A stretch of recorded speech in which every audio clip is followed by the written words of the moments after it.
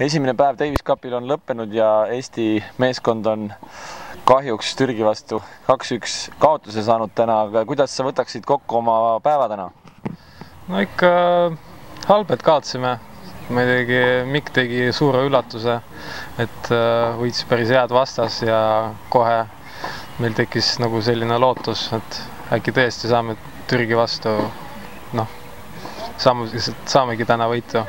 Aga kahjuks Ilhan mängis oma mängu ära nii, kuidas ta pidi mängima.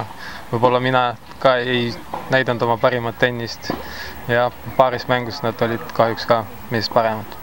No kuidas sa võrdled, sa oled viimastel nädalatel mänginud ITF-i turniire ja võib-olla nii kõrge rankinguga mängijaga ei ole kokku läinud, et tänane mäng tegelikult, sinu mäng oli ju väga napp kaotus, et võrreldes 10 000 turniiridega, kuidas tema mäng oli?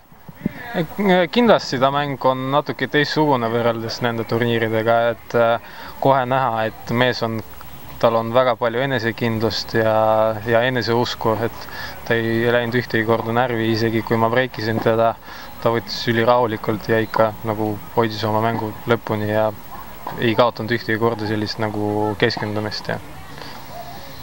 Mis sa paarismängu kohta ütled, et paarismängus ka nii-öelda nii ja naa, eks ju, et ega seis oli küll 6-3, 6-3, aga võimalusi oli vist ka nagu meie poole päris palju, et kindlasti mäng oli natuke parem, kui see seis nagu näitab. Tegelikult mõnele võib-olla tundub, et see 6-3, 6-3 on nagu siuke ainult ühele poole, tegelikult võitlust oli päris palju ja esimeses setis meil olid seal võimalused vastased servi breikida, aga jah, kahjuks seal suht lollilt, mõlemad korrad suht lollilt läksid omad servid, põhimõtteliselt oligi niimoodi, et 2 game'i pärast vastane breigib 2 korda ja ongi juba võit on kõik nendel.